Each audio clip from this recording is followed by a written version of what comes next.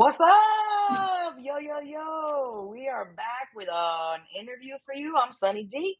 And I'm Captain J. And we're the Pot Smoking Moms. Hey, that went pretty good considering we're in two different places. Yeah. A little off. Hey, if you are out there watching us on YouTube or listening to us on Apple's podcast or wherever, please make sure you rate, subscribe, review our show on whatever platform you're listening to, and go to our website, potsmokingmoms.com. That's where you can clickety-click and be friends with us on all social media. Sweet. And if you're coming for the first time to our show, we're the Pot Smoking Moms. We are a safe space where we talk about cannabis medicine. And this is our interview series, like Dee mentioned. This is episode 8. So welcome. And before we get started, I'm going to relight this that I have left. Yeah, we've been Googling and giggling in the background here, trying to get ready to present this wonderful interview you're about to see. Packing our... I have here a leftover pre-roll that I'm almost done. Not pre-roll, I rolled this myself, but Karma Cake from Modern Flower. Oh my God. Perfect. The joys of being a mom. She almost broke a bunch of equipment back here. Oh my God. Yeah, I heard. I was just like, what the hell just happened? Well, yeah, I was trying to say what in. I'm smoking. I'm smoking some Karma Cake from Modern Flower. This is what I have left. Nice. I'm going to finish this up. And it is a hybrid. I'm mixing two. Ooh. Oh, I don't even know what this is. GEI number 17. What is it? And I had pineapple upside down cake as well. I did a little mix with the two strains. Yeah. So, that was a sativa. Let me hit this. it is a sativa. Well, cheers. But I mixed it a little bit with an indica.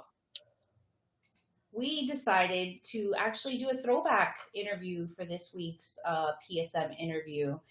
And we got the idea for choosing this interview because it was actually talking to one of our newer patrons about something that came up in the last episode. I was talking to Stephanie, our patron, about she asked us what the CHS was, because I made a comment about never wanting to get CHS, which is cannabinoid hyperemesis syndrome. She was like, "Oh, I've never heard about that. You should have a doctor on the show." And I was like, "Oh, we've actually had a doctor on the show." And then I was like, yeah. When did we have Dr. Mike on the show? That was like forever ago. 4 years ago. 4 years ago. Like back in COVID times when we were wee little babies. It was like right at the beginning of COVID. We just started recording a video. Our show. Right. Yeah, it was pretty crazy. So we decided we should re-air that video. He had a lot of great information, a lot of great content, and not a lot of our current listeners had a chance to really listen to that interview because that was like essentially almost when we first started. Yeah. And we want to have him back. So,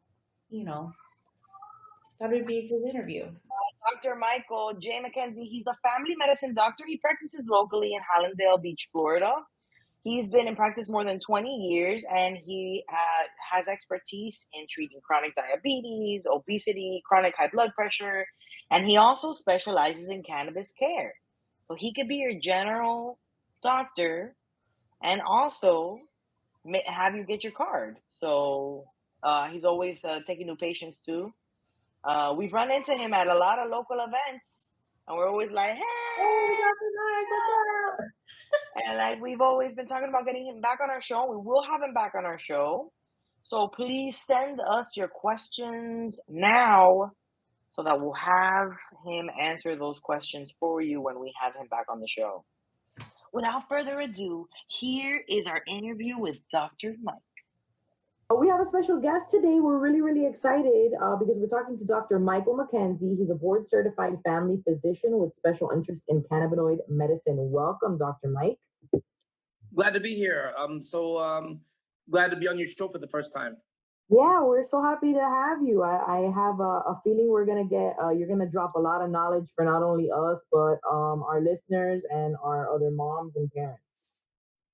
So thank you. Yeah, super excited. If this is your first time listening to us, welcome so much. You can follow us on Instagram, Twitter, Tumblr. We are the Pot Smoking Moms. We're at Pot Smoking Moms. We also have a TikTok, and you can also send us an email if you fancy that. We are doing another virtual session. I feel like this is going to be the new norm, right? Kind of for right now. This is our new format. We're talking about how much we missed microphones and stuff, right, Captain J? Yes. I miss mostly getting together. And Yeah, just seeing your face in life, in real life. I know. And us taking forever and having conversations prior to getting started, right? Yeah. Talking shit for like 2 hours before we get started. Yeah, just decompressing. How was your week this week? I mean, it was much better because I didn't have homeschooling since it's spring break. So it was just working from home. So that I actually now enjoy it. It was much more pleasurable. It's nice that as soon as it hits 5 p.m. and I'm done, I just close my laptop and I'm home already. I can just go to the back room and smoke a bowl immediately. But I gotta say, yeah, I've just been trying to avoid the news because being cooped up in the house and hearing the same shit over and over and over again is just my anxiety levels like. And on Friday, when they sent that public safety alert to our cell phones, kind of like how the Amber Alerts go out when there's a missing child, my anxiety level like peaked. I'm like, okay, this shit's like, I got one even though it today. was saying the same shit they've been telling us to just stay home, but it still made me more nervous that they did that. And then I heard on the news the next day that they did it by accident, that they sent the alert by accident. I'm like, man, they're just making everything crazy. I know. And then the news, everything's in red and blood red. Everything's like, yeah. And you're just kind of, it's overwhelming. It's very overwhelming. It is. And then just trying to get creative, trying to get my kid outside because he doesn't ever want to go anywhere, like in the backyard to play. He just wants to be inside on video games. And I'm like, no, go outside.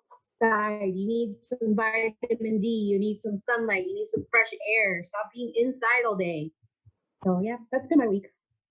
Yeah, pretty much same here. I just kind of have to shut it down a little bit and get out of my head because sometimes you're in your head about it. Last weekend was rough for me, but I'm doing a whole lot better. But it's like you get into your head about it, and it's like just all of the news reports. It's just fear inducing. It's like it's you get panic attacks, and then you're like, oh my god, am I short of breath because I smoked a bowl, or am I short of breath because I'm corona time. And what kills me is that on the news channels, do they have to resort to these overly dramatic graphics? I look at these graphics and these are the most anxiety-inducing graphics that they're using. I mean, nobody there has any sense to tone it down. With the anxious public, do you have to have such a dramatic graphic? I mean, have you guys noticed that? Yeah, the graphic and the tone that they use, everything's like so over the top dramatic. Yeah, exactly. I wanted to make a TikTok where it was like a news reporter, telling people, "Oh, you guys shouldn't panic, and then turn around and do one of those teasers to a report where it's like, "Oh, stay tuned because we're gonna tell you 3 secrets you don't know about what you're doing that might give you corona," and you're just like, "Oh my god." You should. That sounds like a good one. Yeah, you kind of have to shut it off, and just. How about you, Dr. Mike? Do you have, you're a physician, so you have to go to work every day. So, correct? Your doctor's office is open? We're still seeing a full load of patients.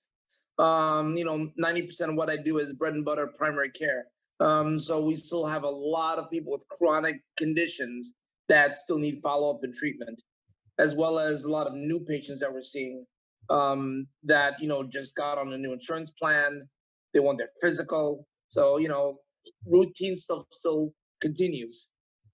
Have you seen that slow down a little bit? Like, because people just don't want to go into the doctor because they're worried about contracting something? Yeah, especially if they're in a high risk group. Like for example, that elderly grandma with COPD, or a person that's on an immune suppressing agent for chronic disease.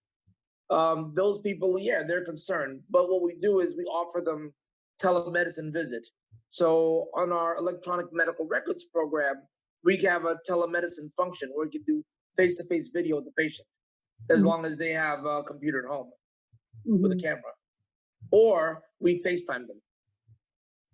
Oh, okay. I didn't know FaceTime was an option. I had to do telemedicine the other day because my son was complaining for a couple of days that his ear was hurting. So I tried to make an appointment and they told me telemedicine because everything was happening. I'm like, how can they do an earache appointment through telemedicine? How are they going to look into his ear? But what do they do? kind of just listened to what was happening, asked him to like touch his ear and asked him if that hurt and all that, and just prescribed some antibiotics and that's it. Yeah. So we're doing like telemedicine visits for those that are unable to come in. Also for the cannabis patients, because of the order of the Surgeon General, we're able to do follow-up visits via telemedicine. Follow patients only for the next 30 days. Well, that's good. Yeah, I think the teledoc is also a great function because sometimes, I mean, just the whole act of going to the doctor and waiting in the office to see a doctor, that could be like taking half of your day versus, teledoc is a little bit kind of easier. So that's actually a really great option to have, especially now. Yes. Yeah. And as we say in family medicine, we provide a lot of what we call vitamin R, reassurance, because, the public is definitely nervous if they're having a cough. Well, it's also allergy season. So more people coughing. Well, does that mean that that person has corona? So they'll call and, we'll reassure them based on their symptoms and their sort of risk category, what they need to do. Yeah, I could only imagine. I was having a conversation with my mom today, and I was like, I mean, Corona's not the only thing affecting people right now. People have to go to the doctor for many different things and different ailments, and you can contract and you can get sick off of many different things, not just Corona. So it's like, Well, even before this particular season, when I would discuss with patients what type of upper respiratory infections that they have, for years, I've also mentioned coronavirus, calcivirus, Norwalk virus, adenovirus, Coxsackie virus, parainfluenza, influenza A and B, as well as RSV, respiratory syncytial virus. Any one of those viruses you can get and it give you the same cold and flu-like symptoms. Wow. Yeah, because a lot of people think coronavirus is something new No, they just came out of nowhere. Right. It just genetically mutated, in the same style that the flu virus mutates. Sometimes it does a big mutation, which causes these pandemics. And sometimes it makes minor mutations, which means that, that's why we have a different flu vaccine every year to account for the genetics of most of the strains out there. Oh, that makes sense. Yeah. Yeah, but in this case with Corona, it kind of jumped species because they were cooking bat soup and cooking this animal called the pangolin, which looks like an armadillo. Right. And apparently, it kind of jumped vectors from animal to human. So so it's true. It was from a bat soup. That's what I kept hearing, and I was like, yeah, sopa de murciélago. Yeah. Yeah. And but like for example, when we had SARS, that came from this animal called a civet, which is this cat-like creature that roams Asia. And when we had MERS, MERS, that actually came from camels. Wow. Yeah, animals. That's interesting. Yeah, I mean, I really hope I'm doing my share. I mean, I wasn't going out anyways ever because I'm a stay-at-home mom with two little kids. It's hard enough for me to get out of here, so it's like kind of routine. But I mean, it's scary, and I just try to do what I can and stay home and not. and be super. I mean, my hands are so dry from how much clean, like hand washing, Right. you know. Mhm. But And also watch out whoever comes into the house or outside. Yeah. exactly, and then it's Limit visits. My husband still has to go to work every day, so mine too. Do you have a routine? Do you like have a routine when you get home? What do you do? Do you like Lysol yourself, or like do you guys have any kind of routines like that? I live at home by myself, so it's just me. So I just have some hand sanitizer. I have plenty of bleach and cleaning material. Yeah. Yeah, everybody was going apeshit for cleaning material, and I'm like, do you guys ever clean? Because typically you have that stuff already at your house because you clean your house. You know, I'm Yeah, planning for cleaning tomorrow. unless they want to stock up on Fabuloso and resell it at a higher price to Yeah, gouge. which that's insane. But anywho, so just to give you guys a little bit of background on Dr. Mike, um, he's from New York. So I this is new to me. I didn't know you were originally from New York. How long have you been living here? I've been living in South Florida on and off since 1992. Okay. All right, and then you received your BS in biology. You have an MD degree. And you also completed your residency in family medicine in the University of Oklahoma. So Mhm. basically, you're a family practitioner. Yeah, family medicine physician, primary care. That's basically the 90% bread and butter is what I do. Okay, and then you practice out of Hallandale Medical Center in Hallandale Beach, Florida. So we'll definitely post up your information, so that way our local listeners know how to get in contact with you. Is there a preferred method of contact for you? Like, do you have some social media that you want to maybe Um, if they want to um, make an appointment, they can call the office. But if they want to reach me for, like, let's say, a cannabis related matter, if they have a question or whatever, they can reach me on Facebook. Okay, excellent. We'll post up your information under our show details. Um, so you were one of the first physicians in Florida to become certified to recommend cannabinoid? Hmm. Yes, back then they had the old 8 hour course, which we had to pay $1,000 each to take. Uh-huh. And it was a very good course. It was partially written by Dr. Jeffrey Block. Dr. Greg Gerdeman also played a role in the course as well.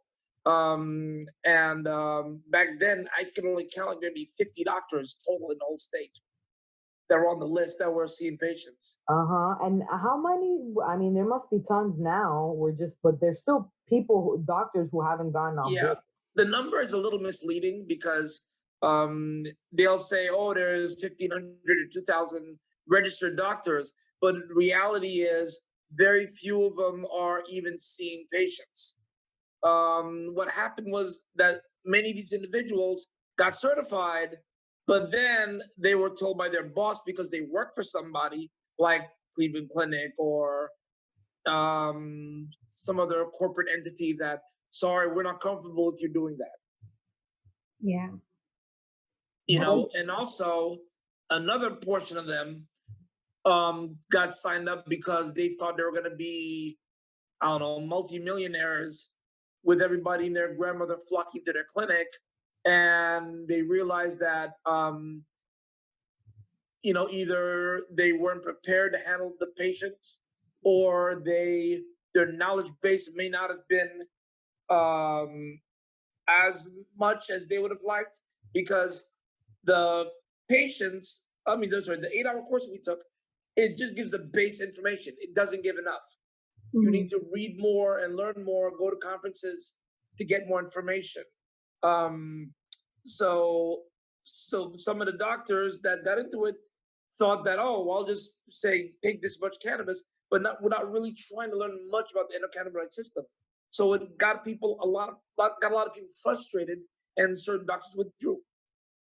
What got you interested in pursuing this part of medicine? I, like many other docs, wind up watching that CNN Sanjay Gupta special. My sister got on board with cannabis after Sanjay Gupta started Yes, talking about it. yes. Now, I was already familiar with Marinol. I've written for that even when I was a resident for certain elderly, debilitated elderly patients that weren't eating. They didn't have to be cancer patients, but we would write for Marinol for them. And so I was already familiar with Marinol, but I did not know nearly a fraction of what I know now when it comes to cannabis. After watching the Sanjay Gupta special, I started reading more. And then that was at the same time that Florida kind of passed the CBD only law, like a Charlotte's Web type of bill back in 2014. And they was getting doctors signed up to be able to write for it. So I jumped at the opportunity. Awesome. And so far, what do you, I mean, what do you take from it? What have you enjoyed the most out of what you've learned of the cannabinoid? What I've enjoyed the most is the satisfaction of seeing these patients treated. For example, when you have somebody who used to take Percocets and OxyContin, literally cut their dose down to either half or nothing. I mean, that's a major triumph. Or that cancer patient that is on a high dose protocol that buys some more extra time and can even improve their malignancy. Again, everything I'm telling you about cannabis is off label. Nothing that I'm saying has FDA approval. So when we talk about the therapeutics of cannabinoids, I always have to use a disclaimer that everything I'm saying is off label. So patients are benefiting from this off-label treatment option, and then it's so many different uses. And I've seen patients of all ages. My youngest patient is 4 years old. I first saw her when she was 17 months old. She has a disease called neurofibromatosis type 1, which is you get this sort of cafe au lait spot on your abdomen, and you get sometimes little tumors that grow in your body. Well, she has a tumor that grows in her brain, and she has an additional tumor called an optic glioma, which is right on the optic nerve. And I've been treating her since she was 17 months, and she's on a high dose protocol, again, off label.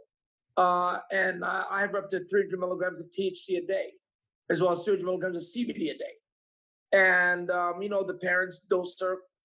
She sleeps very well. She eats good. She's gained weight. She's at her percentile for her age for weight. She's not as grumpy when she comes to the office. We get MRIs every 3 months. The tumor has not significantly grown. Wow, that's amazing. And then when you say off label, you mean because it hasn't been approved by an FDA, Right. correct? And Right. and that's because it's classified. Is that why? Or? Well, yeah. Well, the thing is, when we talk about the FDA and the drug approval process and all that stuff, what the FDA is used to is single agents, single molecular agents, or groups of approved single molecular agents together. Like, for example, if I'm talking about metformin, well, there's only one thing I'm talking about. That's metformin. You might have an extended release version. You might have like a 1,000 milligram version, a 500 milligram version. But at the end of the day, we're talking about metformin. But when we talk about cannabinoids, we're talking about any combinational ratio of cannabinoids, both major and minor, terpenes, and flavonoids. Terpenes give cannabis a smell, flavonoids give cannabis its color. You need all three elements together to have the proper, what we call entourage effect, to get the best therapeutic effect for the patient.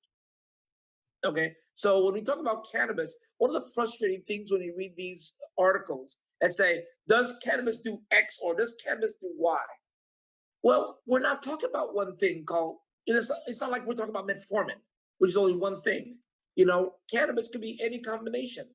So I don't know if they got an indica, sativa, hybrid.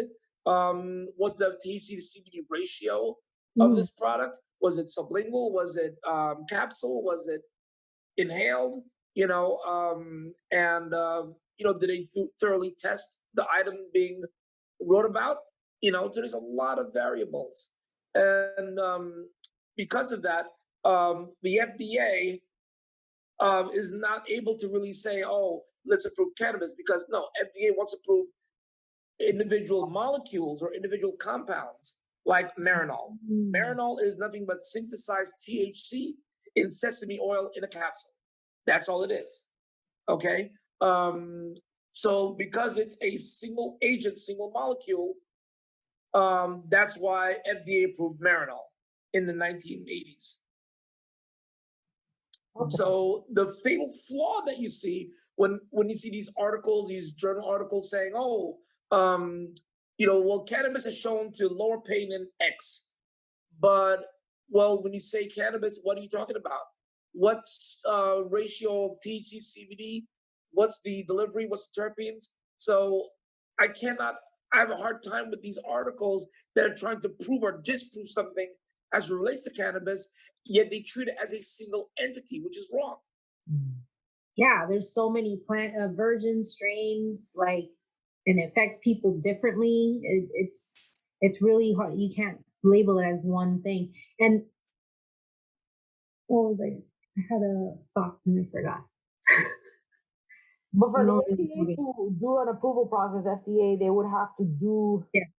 they would have to piece out each part of the plant or each part of whatever. I mean, it can't be more than one molecule, you said. So they would have to put out things for each part of the whole plant. They would have to approve each strain, basically, or something like that. Or some proprietary ratio of cannabinoids, terpenes, and flavonoids, but because somebody else can say have the same amount of cannabis and same amount of same amount of cannabinoids, and maybe the terpene may be a little bit different. Well, then that's not an exact copy of this FDA approved product. Wouldn't the solution just be to legalize the plant so that it could just be used by anyone? Well, I'm sorry, my dear, but you're using something called common sense, which ain't too common. Yeah. Okay. Because the problem is there is a whole industry that makes a lot of money based on the prohibition of cannabis. And, there's an old saying that's attributed to Bill Clinton, but I don't think he originated this phrase, but it is hard for you and I to agree on what the truth is when the lie's paying your salary. That's my job right there. Okay. And so for everybody from the ONDCP, the drug czar's office, on down to the sheriff's offices, to all these people that represent the addiction industry, all of them have a huge stake in keeping cannabis illegal. So they pay off politicians to keep it, like, right out. Because when you're dealing with this money, okay, remember, always you're fighting against 4 types of money. Okay, first kind of money is old money. That's the pharmaceutical industry. Okay, for example, Insys Pharmaceuticals gave $500,000 to the anti-legalization effort in Arizona a few years ago, and this is the same company that makes a sublingual spray of fentanyl called Subsys, and surprise, surprise, they also made a liquid form of Marinol called Syndros. So basically liquid THC that they got FDA approved, by the way. Okay. And also the head of that company recently got busted for illegal kickbacks to paid medicine physicians so they could write more Subsys and other medications. So that's that old money. Okay. Then what you have what's called long money. Long money is the alcohol and beverage industry. Okay. They donate generously to anti-legalization efforts because when cannabis is consumed, whether it be medical, recreational, whatever, alcohol sales drop. It's true. Let me tell that. And to that point, I have like traces of alcohol in my house because I don't really drink like that anymore. But now, with quarantine, I was like, man, I'd like a nice little drink or something. But I look around and it's like whatever I have little Robert, my husband was like, oh, here, you could finish this little swig of rum left. Like, we don't have anything because we don't really drink. We don't Right. drink. My husband likes beer, but I'm not a drinker. I always preferred smoking over drinking. Right. So that's that long money, okay? Then you have what's called big money. Big money is the prison industrial complex and the law enforcement, the sheriff's offices that get a lot of money from civil asset forfeiture. You know, where they can seize your assets, even though you may not have been convicted, they seize your assets if it was potentially related to any kind of narcotic activity.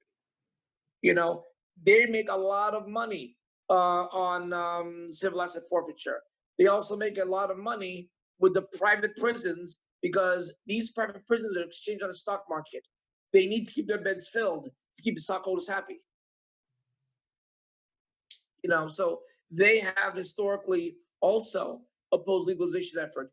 You'll see these sheriff's associations give a press conference, say how they're opposed to it. Oh, because of the kids, because of this, that, and the other. But no, they're losing money on civil asset forfeiture. You know, and then you have the fourth kind of money, the last category, what I call new money. New money is the rehab industrial complex. This series of these rehab centers and sober homes that, in conjunction with law enforcement, you know, they need to keep their beds occupied, okay, because they get money every time somebody occupies a bed in a rehab facility. So the rehab facilities, they partner with law enforcement. So when, let's say you have a 14-year-old child who gets caught with possession, he'll go to this drug diversion court and go before a judge, and the judge will go, well, Johnny, I'm not going to give you a record. I'm not going to give you a conviction. I'm going to give you a second chance. But you have to admit that you have cannabis use disorder and go to rehab. So this kid doesn't want a felony. So what you'll do is you'll admit to cannabis use disorder, which is a billable diagnosis that these rehab facilities use. Go to rehab, okay, where he does group sessions or individual sessions, and you know, get his pee tested twice a week, which, by the way, is very expensive. They bill the hell out of the insurance companies for these twice a week urine tests. There's so much reimbursement on this test that this particular test has a nickname in the industry called liquid gold. You know, and so this kid is not getting any psychiatric history and physical. He's not getting anything. He's just been a psychologist or mental health counselor. Why does he feel he needs to use cannabis? And does he have other issues at home, this, that, and the other? So once they do that and bill the insurance company thousands of dollars, after 45 days, Johnny gets to go, and he has no conviction. So the rehab facility, it's like a revolving door. They keep getting these kids referred by law enforcement or by their families to have a psychiatric problem called cannabis use disorder that we need to treat and bill your insurance company for. You have a problem instead of I'm a kid with a joint. Right. So with these prohibitionists, this is what I say. If you have a 14-year-old kid that is, let's say, just using it one time at a party and then forgets about it, that's one thing. But let's say you have a 14-year-old kid who becomes a habitual user, like he is messing up his grades. He is not socializing with his friends anymore. He's kind of disconnected from his family. That kid doesn't need rehab. That kid needs a thorough psychiatric history and physical from a board certified child adolescent psychiatrist. Because this kid, if he's habitually using cannabis, he's trying to treat something. Yeah. Okay. Does he have an anxiety disorder? Does he have a PTSD because he was molested by the bishop or whatever? Does he have a bipolar disorder that kind of bruise? Bipolar doesn't just start like boom out the gate. Bipolar brews and stews over the years. Now, if you take in a sativa, strong sativa without supervision, yes, that could possibly even trigger a manic phase. But this kid who has a bipolar disorder or an anxiety disorder he's trying to treat is using cannabis to treat his disorder. What he needs is a psychiatrist along with therapy and the proper medications. If you give proper access to psychiatric care, you don't have to worry about little Johnny reaching for cannabis or abusing cannabis. Absolutely. It's, I mean, it all goes back to watch the signs, and the mental health just needs to be a little bit more, uh, more accessible.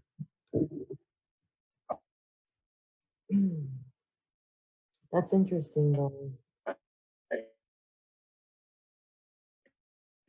Is everybody's connection okay? Okay, you're back. Okay. You're back. Do you guys see me fine? I Yeah. hear I see Mike you. fine. Yeah. Yeah, All right. I think we're back because we're getting a Yeah. little interruption there. Yeah. So mental access to mental health, Yeah, is important. Now, keep in mind, coverage does not mean access. I don't care how nice of a PPO you think you have, that will guarantee that you have access to proper psychiatric care for your family if you need it. Mm. Because Yeah, one that's dirty good. little secret in the industry is psychiatrists don't contract directly with insurance companies. They contract with these third-party networks. So, for example, Blue Cross doesn't directly contract with psychiatrists. Blue Cross uses a third-party organization. I think it's called New Directions or something like that, Mhm. where the psychiatrist is contracting with that network.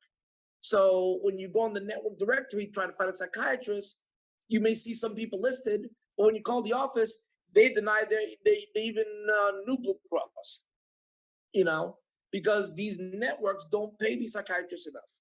So they'll get on this list, but when the people call, the psychiatrist office says, sorry, we don't take that insurance. We never took that insurance. I don't know why they listed us, you know. So access becomes a huge problem.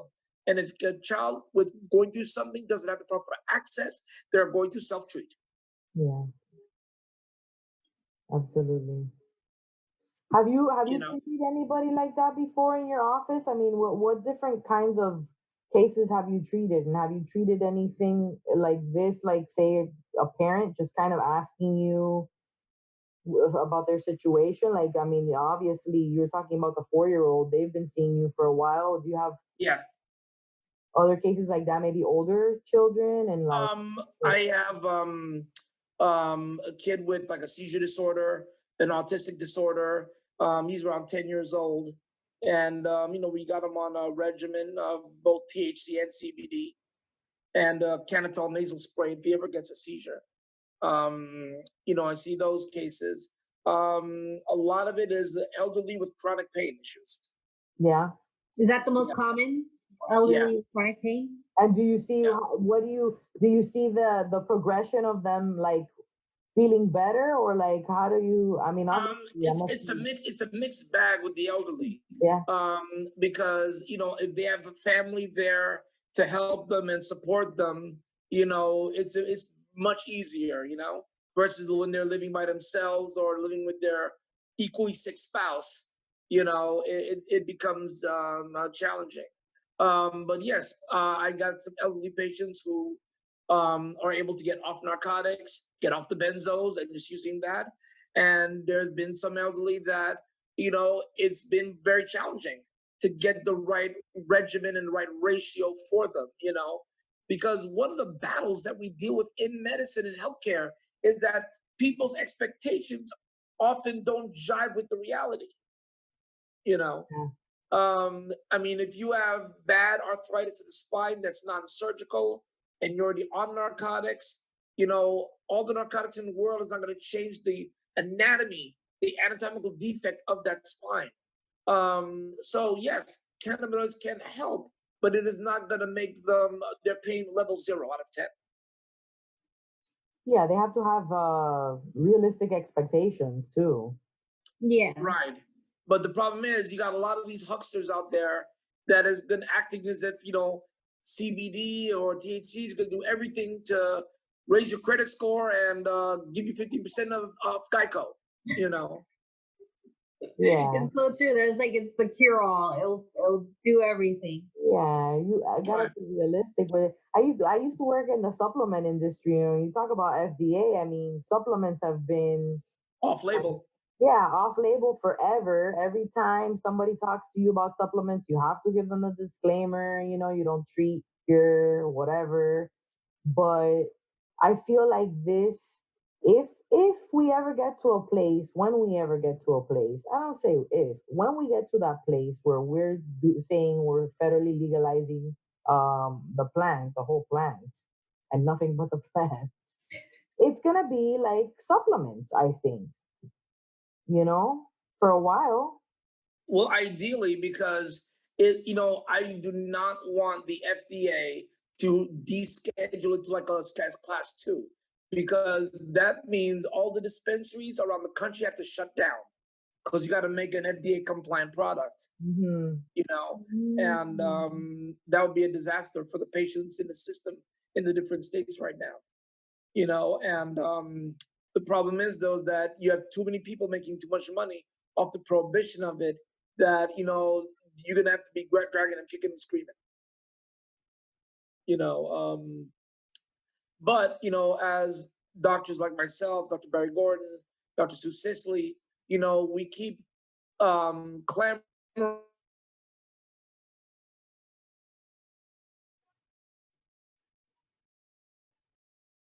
making know being discussing it. Now, for example, obviously no conferences are happening right now because of the COVID virus, but you're getting more and more cannabis talks at these national medical conferences.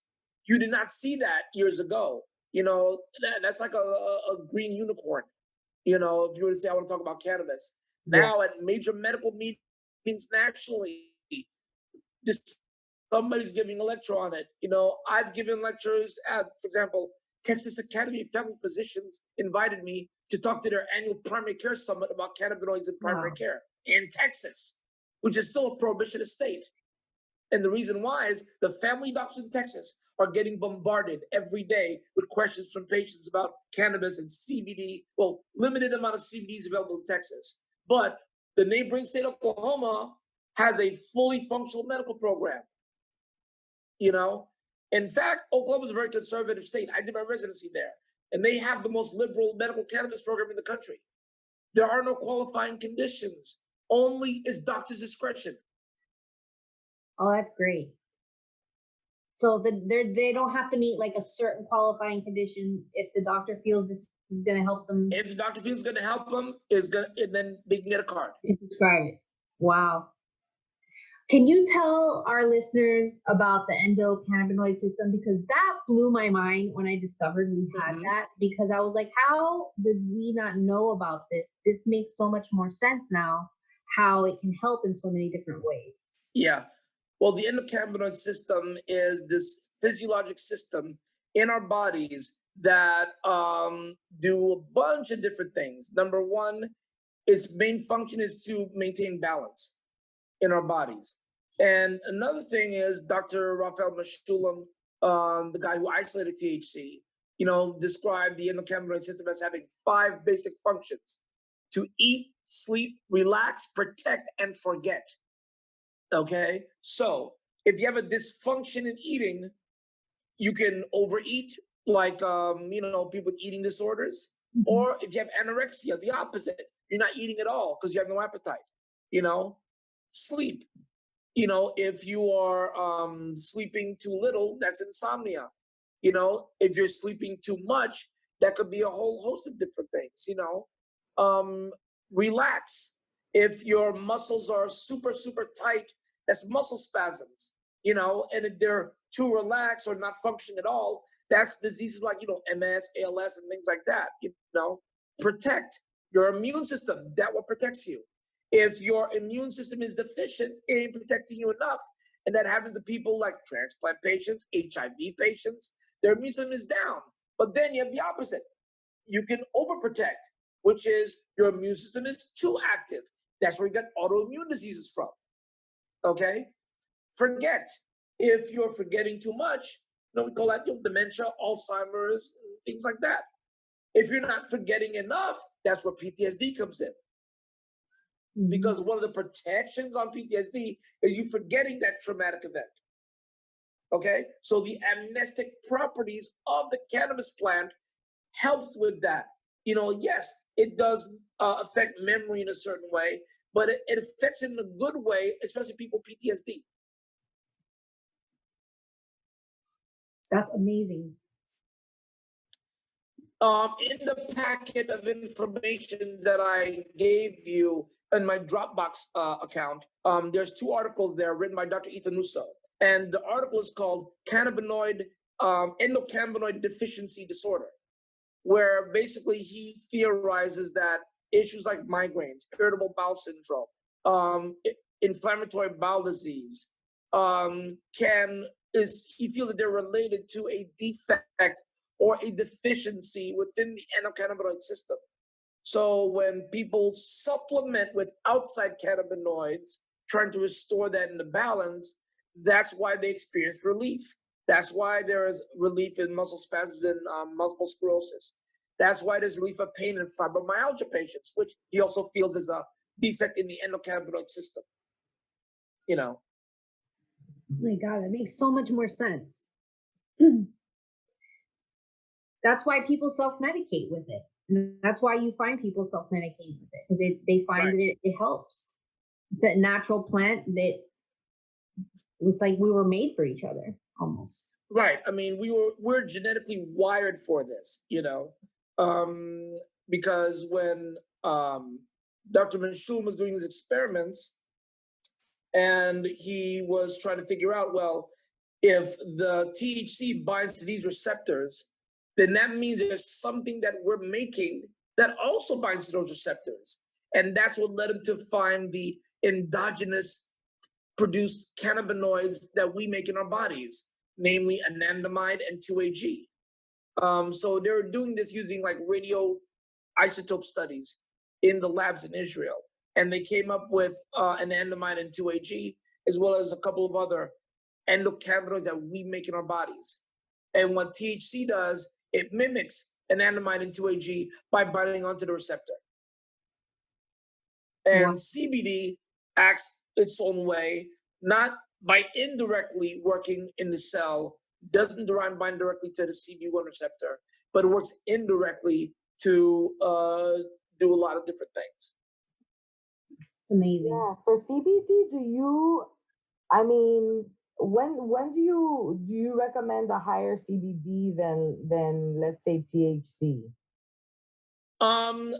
Let's say if I had an elderly patient who lives by herself and is, a little bit debilitated, doesn't always remember to take her medications, the type that takes her blood pressure medication at 8 o'clock, and then by 11 o'clock, she doesn't remember if she took the medicine or not, so she wants to take it again. Uh-huh.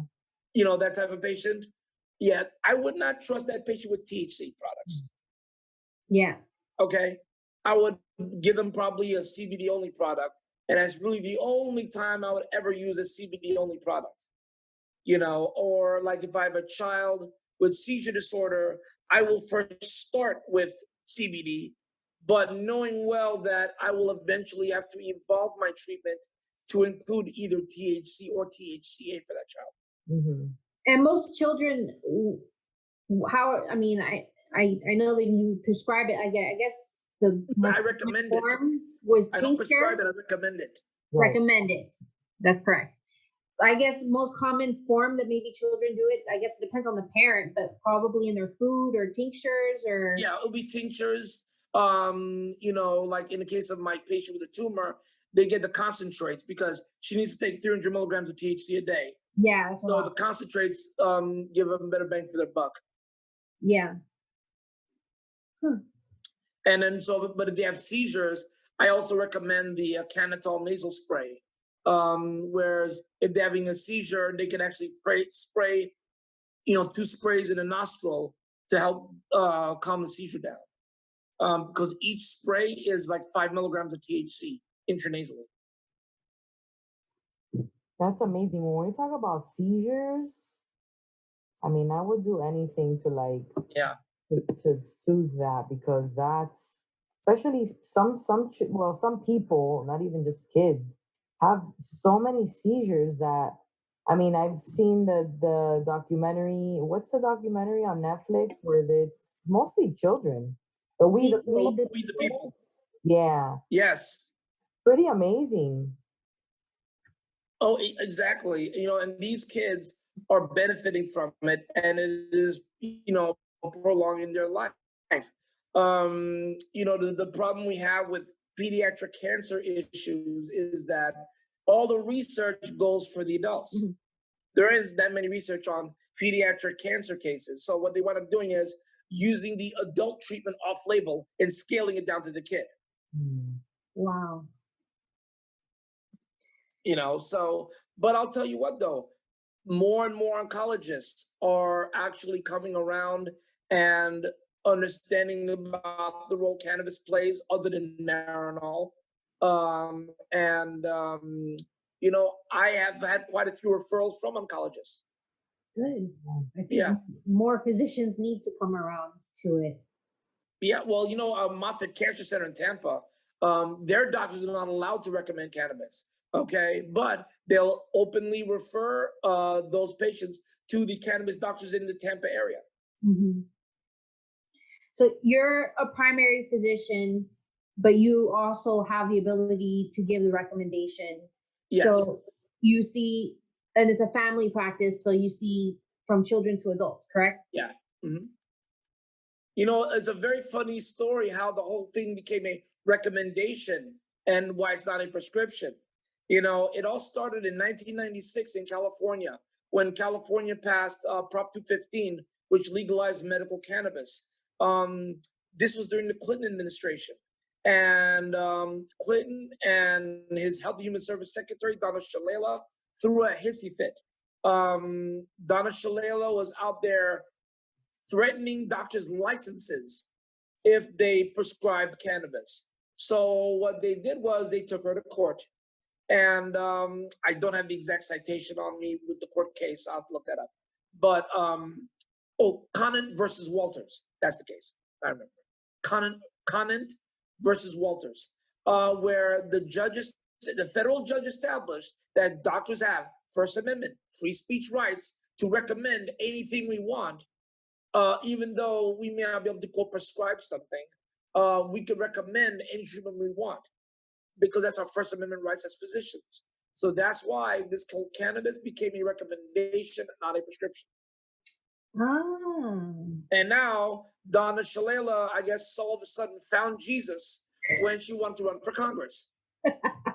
She changed her tune 180. Yeah. Full 180. Yeah, it's in her favor. Yeah. I think a lot of people are starting to come around to it. Yeah. Little by But I'm little. still understanding. I'm still trying to figure out how is it that the people in Miami-Dade, especially near Miami Lakes area, elects Jose Oliva to the House, or the people in Ostero vote for Ray Rodriguez to the Senate, and he's working against the will of the people. That doesn't make any sense to me. Why would the people vote to put those guys in office? There's still a lot of conservative people here in Florida that are anti-pot, like a lot of people. So I see and hear it all the time, and that's why we're so have to be discreet about it because of the stigma. Because if they knew we smoked pot, they would see us completely different. We're no longer a reliable employee. You're no longer a good mom. Now you're somebody that's doing something bad. Send the person that has 2 glasses of wine and pops Xanax for their nerves. Yeah, exactly. Like pot on kettle black. I wanted to ask you another question too, because I know that when it comes to cannabis, like we were talking before, it's not just one type, one thing.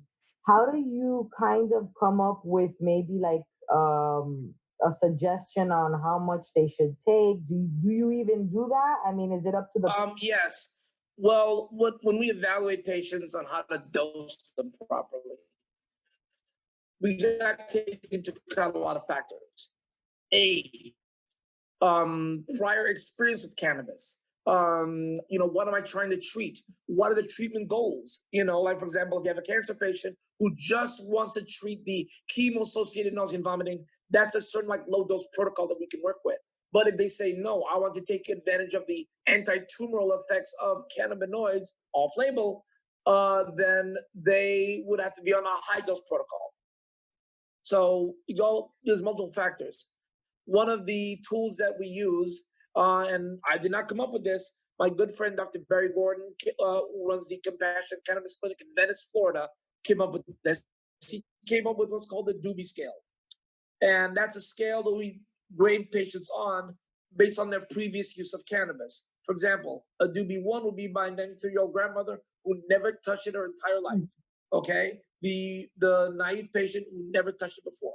Doobie 2s are the ones that says, well, I did it in high school, I did it in college, I haven't done it in 20 years. Okay? Doobie 3s, I call them weekend warriors. They don't do nothing during the week, but on the weekend they'll partake in order to relax. Doobie 4s are your Snoop Dogg, your Willie Nelson, your Cypress Hill from Be Real, your you know, that's a Doobie 4. The reason why it's important is, let's say you got a 10 milligram product, okay? If I give it to my grandma, it'll probably freak her out. She'll probably think that the plantanos are coming after her, okay? But that same 10 milligram isn't gonna touch Willie Nelson or Snoop Dogg. Okay, they're like, it's not gonna barely affect them. So, or that veteran that came back from Afghanistan and has been smoking every day because he has PTSD. Okay, so that's a Doobie 4 also. You're gonna have to use a higher dose in these guys, you know. And then for the elderly, I would like to mix it with a 1-to-1, start with the 1-to-1 ratio of THC to CBD, because the CBD balances the more psychotropic effects of the THC. And the CBD also does its thing when it comes to alleviating pain and things like that in conjunction with THC. So I like to start very low and go slow with the elderly, like maybe 2.5 milligrams of a tincture that's balanced 1-to-1, and then advance the dose from there, titrate upward till they reach their individual sweet spot where they get the best relief. Not everybody's gonna have that same sweet spot. I love CBD THC ratio products. I love them. Yeah. So, you know, like I said, if they have seizures, we'll talk about using the nasal spray. You know, if they have, you know, something going on in the rectum, you know, I would suggest suppositories to treat certain rectal disorders. But I don't really like suppositories as a delivery method because it's not absorbed. It's meant to be used for local inflammation in the rectal area. But don't take a suppository thinking it's going to get in your system. We've heard of women using suppositories vaginally for cramps. Yes, and that works actually. Yes, because the tissue structure, or we call it the histology of the vaginal area, is different than the histology of the rectal area. You know, so yes, cannabinoid suppositories can be used in cases of pelvic pain, menstrual pain. Interestingly enough, when Dr. William O'Shaughnessy, a British physician, first brought back cannabis plants from India to England back in the 1800s, he was Queen Victoria's doctor, and he actually used cannabinoids to treat her menstrual cramps and her migraines. That's what I use it for that, my anxiety. Seriously, and you know what? Back in the day, when I would get brutal cramps. I always thought to myself, man, would this work? Like, would that be able to be done? And here we are, and it's a thing. It's amazing. Yes. Yeah. But that's why, you know, we rely on the boots on the ground activists like yourselves to keep your voices loud, keep your voices heard, let everybody in the community know, because people are just now coming out the closet, you know. Yeah, and we want to get rid of all the closets. No more closets. Now it's just bathrooms that moms hide in whenever they need to use the bathroom and also get some mom time. Right. No, exactly. You know, now I remember seeing this segment on NBC morning show where they talk about, you know, weed moms are the new wine moms. Yes, I saw that. Yeah. In fact, it was a very good physician, Dr. Tiffany Sizemore, who I actually coached the night before she went on the show, and I gave her the talking points. I said, listen, this is what you need to say, because I had to talk about the difference between indica and sativa on the show. And she gave my talking points about, when you give indica, think in the couch, In the couch.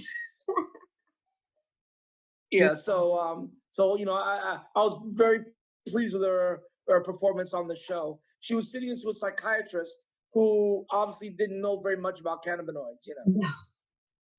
Yeah, It's I love how sometimes a lot of people don't know much about it, but they have very opinionated views about it. exactly. Mhm. Yes. Yeah, Yeah. remember, because we've been suffering from 82 years of basically lies, and it's lies that are based on the vested interest of opposing industries. Uh-huh. It had nothing to do with, quote, the children or science, although they were claiming that it will make Mexicans go and rape everybody. Mm-hmm. Yep. It'll make white women lust after Negroes, Mm-hmm. especially those jazz musicians. Oh Those my. jazz men. That's awesome. But I'm glad we're able to have conversations like these now and have someone like you on our show. We were, for ages, we wanted to get a doctor on here to kind of give us his perspective, your perspective, and all the information. I mean, I could sit here all day just asking you questions and being like, what about this? What about that? If we have questions from our listeners, would you be? Tell me more. Yeah. Yeah. You're stuck. The patients, when they leave my office, they leave my office with information handouts. So easy for patient to be educated as well too. If doing is coming in and I'm saying, okay, got this, well, here's your recommendation, have a nice day. I'm not really doing a service to the patient. And I've had quite a few patients come to me that said that, well, when they went to their previous doctor and when they asked, okay, well, what do I do? How many do I take? And the doctor told them to ask the dispensary, and that kind of floored me. Told them to ask the dispenser. Ask the dispensary. Yeah, I do not want Abuela walking out of a dispensary with the damn concentrate. For real. Okay? For real. I mean, Abuela's gonna get wigged out if she messes that concentrate, and she's a doobie one. She's a doobie. She's like dabbing granny. That lady's lung capacity is very. She's a doobie 4.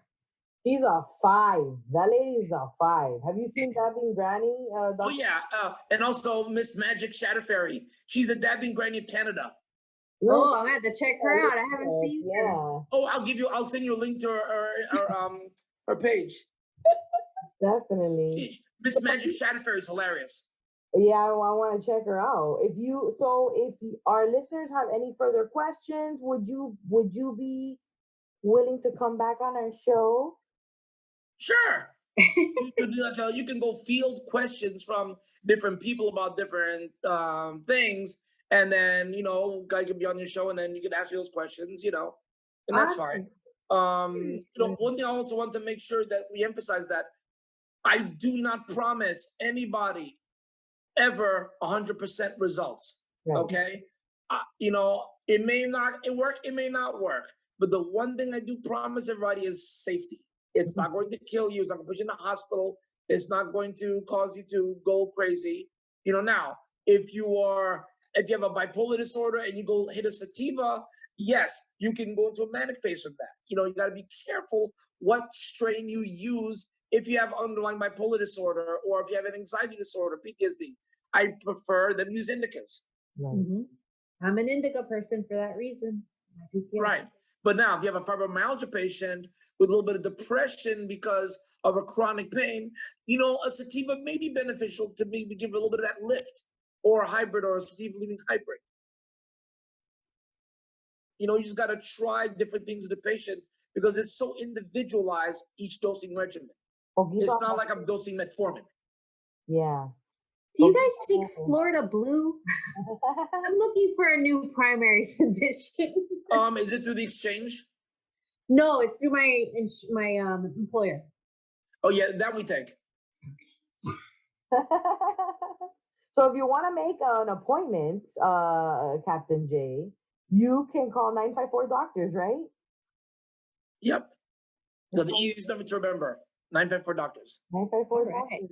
And then if you want to reach out to Dr. McKenzie on Facebook, he is facebook.com / Michael.J.McKenzie.3. We'll go ahead and we'll also post his information up for us. Thank you so much. You are just a wealth of information, and you have really. I'm just kind of speechless. I honestly, I can't wait to listen to our show back because there's so much information, beautifully put by you. Thank you so much. We look forward to continuing our relationship with you and having you on further shows. Thanks. Yeah, anything y'all need, let me know. Thank you so much. And thank you guys for listening or watching, because we're on YouTube now. You can always hit us up, you know where, Pot Smoking Moms. Instagram is Sure Bets. TikTok is also. When this is all over, let's all link up with Jennifer and grab some sushi or something. Yeah. Sure. I mean, I In real life.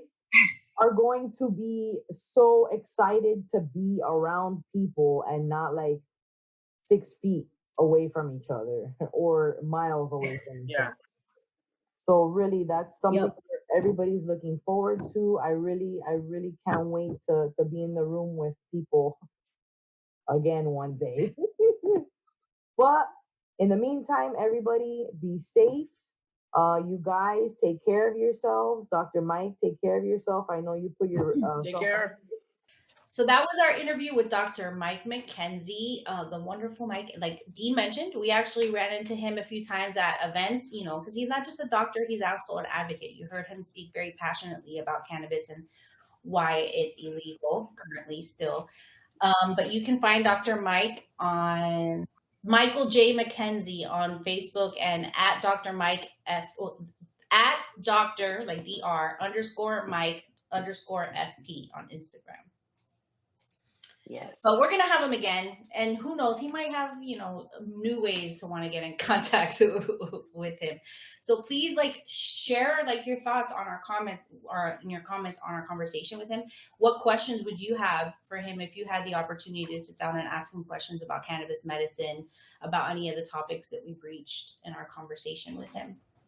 Yeah, 4 years was such a long time ago too. Things have Very. changed and things are going in a direction, and you know, we would love to hear what he thinks about the upcoming initiative to get recreational. Yeah, about recreational here. I'd like to hear his thoughts on rescheduling, it being trying to reschedule, because he did mention that in our interview as well, about how if it is rescheduled, it could actually just ruin the cannabis industry, in the sense of the medical cannabis industry, because it shut down the way everything's done currently, because now it's a differently scheduled, you know, drug. So yeah, let us know some questions that you guys have, Dr. Mike. We're going to have him back soon. And that's all I got. We'll see you next time. Give us some Bye, guys. comments. Let us know what you thought. Bye. Follow, share, comment, all those things.